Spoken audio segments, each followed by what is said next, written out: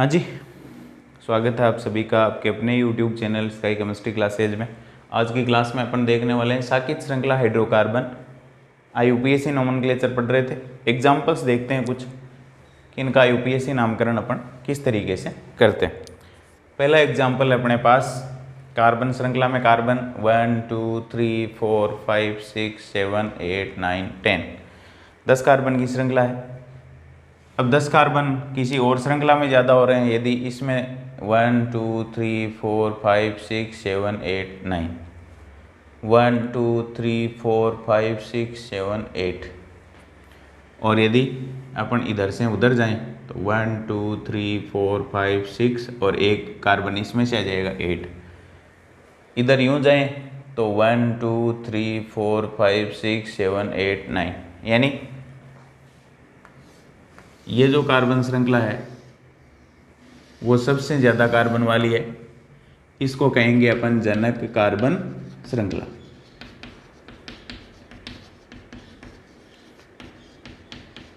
अब जनक कार्बन श्रृंखला के जो बाहर रह गए वो है शाखाएं, छोटी कार्बन श्रृंखलाएं या एल्किल समूह। अब कुछ एल्किल समूह के रूढ़ नाम भी अपन IUPAC पद्धति में लिख लेते हैं। अब कार्बन श्रृंखला का क्रमांकन करते हैं। जनक श्रृंखला पर 1 2 3 ये 4 1 2 3 4 5 6 पे आता है इधर से, तो नंबर इधर से प्रतिस्थापी को 4 नंबर या एल्किल समूह शाखा को 4 नंबर मिलते हैं, उधर से 6 नंबर मिलते हैं, तो इधर से न्यून अंक मिलते हैं, तो इधर से नंबर देंगे 4 5 6 7 8 9 10। अब शाखाओं या एल्किल समूह को उनकी स्थिति सहित पूर्व लग्न के रूप में लिख देते हैं। यदि रूढ़ नाम ध्यान में है तो रूढ़ नाम से भी लिख सकते हैं, नहीं ध्यान में तो फिर शाखित एल्किल समूह का भी IUPAC नामकरण करने के तरीके अपने को मालूम है। चलो देखते हैं। 4 नंबर पे ये समूह जुड़ा हुआ है। इस समूह को थोड़ा खोल लें अपन तो ये CH है और CH से 2 CH3 जुड़े हुए, और CH से जब CH3 जुड़े हुए हो तो वो समूह है आइसो। ये आइसो समूह है और 3 कार्बन है इसलिए प्रोपिल, ये आइसोप्रोपिल हुआ। यानी 4 नंबर पे कौन जुड़ा हुआ है? आइसोप्रोपिल।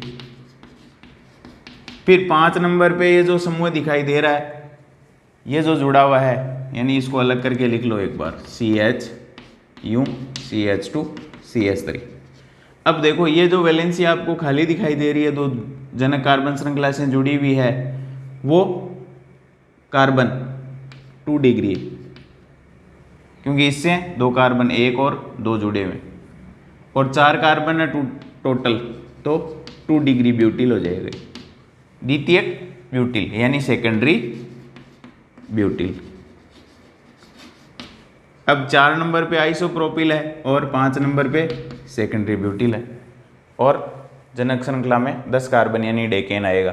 अब इनको अल्फाबेट के ऑर्डर में लिखना है, तो आइसो इसको अल्फाबेट में शामिल करेंगे तो इसका तो आई आ जाएगा।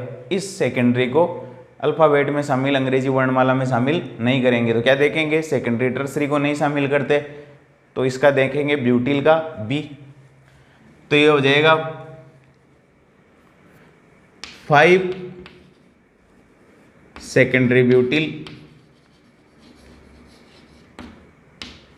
फिर 4 आइसोप्रोपिल और decane. 5 secondary butyl 4 isopropyl decane नाम हो जाएगा इसका।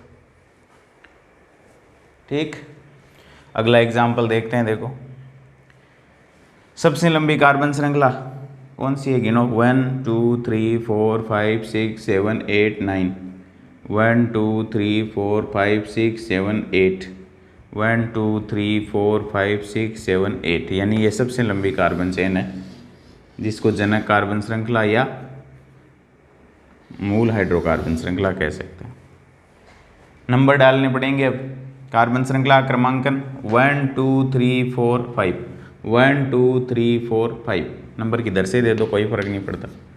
3 4 5 6 7 8 और 9 5 नंबर पे एक शाखा जुड़ी हुई है, तो शाखा का नाम अपने को रूढ़ नाम ध्यान है तो वो लिख देंगे, नहीं ध्यान है तो IUPAC नामकरण का भी तरीका अपने को मालूम है। तो ये जो आप समूह देख रहे हो उसको अलग करके लिखो एक बार।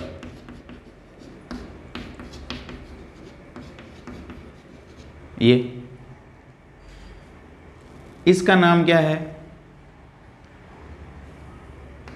नियोपेंटिल। ये है नियोपेंटिल समूह। अब नियोपेंटिल कौन से कार्बन से जुड़ा हुआ है? जनक श्रृंखला के 5 नंबर कार्बन से जुड़ा हुआ है। तो जनक श्रृंखला जिस कार्बन से जुड़ा हुआ है उससे उस कार्बन का नंबर कौन जुड़ा हुआ 5 नंबर पे? नियोपेंटिल। 5 नियोपेंटिल।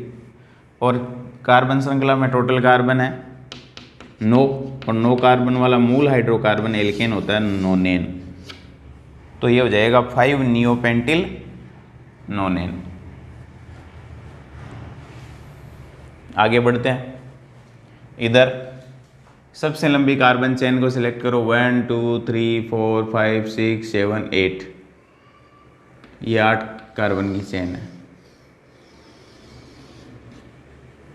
फिर नंबर डालने, इधर से नंबर दूंगा तो 1 2, ये 3 पे आएगा मेथिल, इधर से दूंगा तो 2 पे आएगा।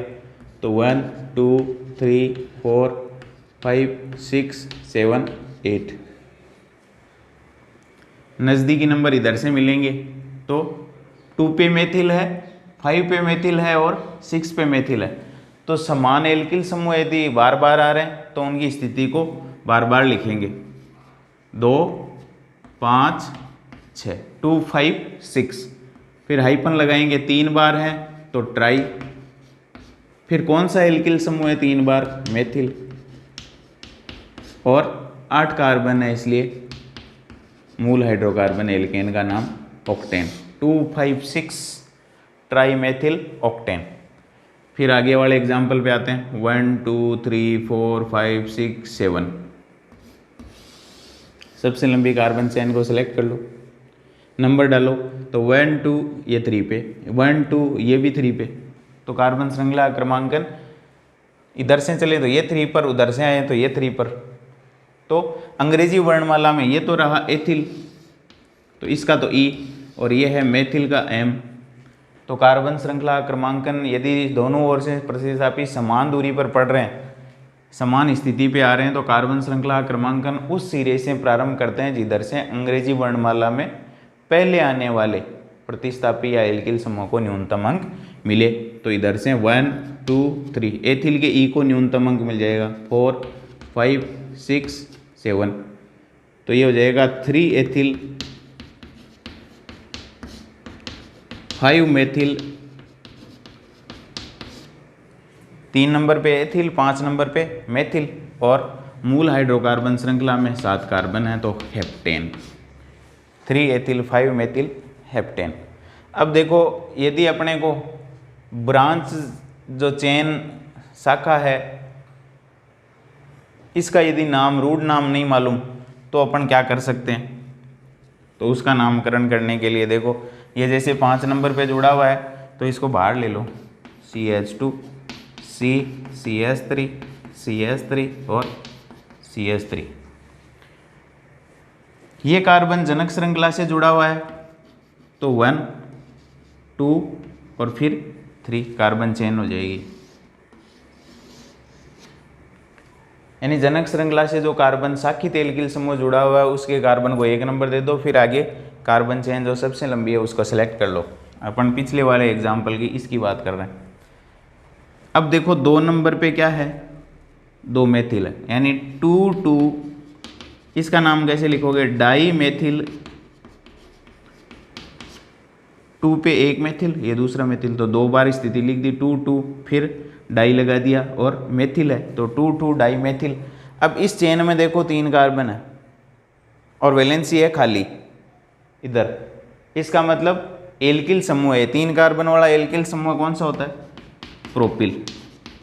2 2 डाई मेथिल प्रोपिल, क्योंकि ये दूसरे से जुड़ा हुआ है। इसमें यह यहाँ अपने को ध्यान रखना है, प्रोपेन नहीं लिख देना है, प्रोपिल लिखना है। प्रोपेन लगते ही इसका मतलब यहाँ कोई वैलेंसी खाली नहीं है, तो 2 2 डाई मेथिल प्रोपिल हो जाएगा।